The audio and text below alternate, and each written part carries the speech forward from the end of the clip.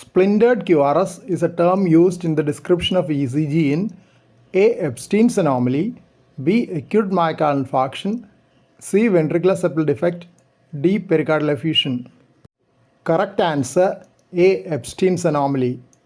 A newer terminology for such multiple components of QRS complex is fragmented QRS. Factors enhancing risk of digoxin toxicity. A. Co-administration of verapamil, B. Hypokalemia, C. Hypomagnesemia, D. All of the above. Correct answer D. All of the above. Hypokalemia, which often occurs due to the diuretic therapy which is given along with digoxin for the treatment of heart failure, potentiates the problem of digitoxicity. Correction of hypokalemia is very important in the management of digoxin toxicity. Severe hypomagnesemia can precipitate digoxin-induced cardiac arrhythmia with normal serum digoxin and potassium levels and respond to correction of hypomagnesemia. Important drugs which can increase the levels of digoxin are quinidine, verapamil, amiodarone and dronedarone. The dose of digoxin should be halved with concomitant use of verapamil, amiodarone or dronedarone. Type of ASD seen in this echo: A. Sinus venosus, B. Secundum, C. Primum, D. None of these. Correct answer B. Secundum. There is a good rim of septal tissue between the atrial septal defect and the atrioventricular valves, suggesting secundum ASD. In sinus venosus ASD, the superior rim will not be there. This chest X-ray is suggestive of A. Primary pulmonary hypertension, B. Atrial septal defect with pulmonary hypertension, C. Ventricular septal defect with pulmonary hypertension, D. Idiopathic dilatation of pulmonary artery. Correct answer B. Atrial septal defect with pulmonary hypertension. End-on view of dilated pulmonary artery branches suggest increased pulmonary blood flow as the cause of pulmonary hypertension. Right atrial enlargement is not seen in ventricular septal defect with pulmonary hypertension. Upturned right ventricular type of apex is also seen.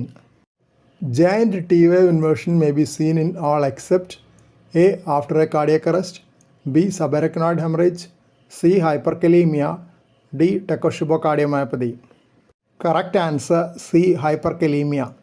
Giant T-wave inversion can be broad and deep or just deep T inversions. A depth of T-wave of 10 mm or above is generally considered as deep T inversion. Giant T-wave inversions with depth of 35 mm have also been described in literature. Deep T inversions without gross increase in width can occur in ischemia and hypertrophic cardiomyopathy.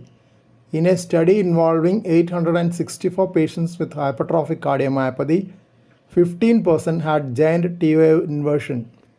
While giant T-wave inversions occurred in about 1/3 of patients with apical hypertrophic cardiomyopathy, it was seen in only 6.2% of those with asymmetric septal hypertrophy and 1/4 of those with mixed pattern of hypertrophy. But there was no significant correlation between the apical myocardial thickness and the amplitude of T-wave inversion. This ECG shows A. Anterior wall infarction, B. Anterior wall infarction with right bundle branch block, C. Anterior wall infarction with RBBB and atrial fibrillation, D. None of the above.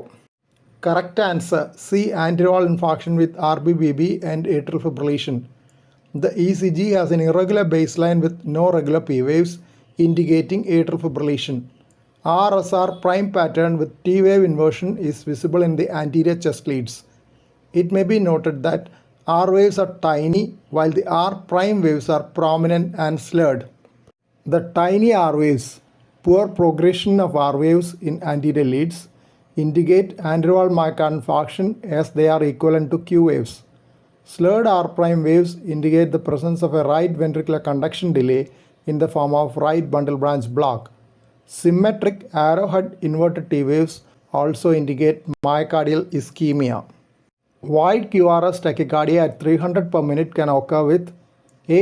Atrial fibrillation with Wolff-Parkinson-White syndrome, B. Supraventricular tachycardia with aberrancy in the very young, C. Atrial flutter with 1:1 conduction, D. All of the above. Correct answer D. All of the above. In AF with WPW syndrome, rate is fast due to conduction through accessory pathway with low refractory period as well as through AV nodal pathway. Polymorphic ventricular tachycardia is another cause of wide QRS tachycardia at 300 per minute. Swiss cheese VST is A. Subpulmonic VST, B. Perimembranous VST, C. Multiple muscular VST, D. None of the above. Correct answer C. Multiple muscular VST. Multiple muscular ventricular septal defects are also called Swiss cheese VST.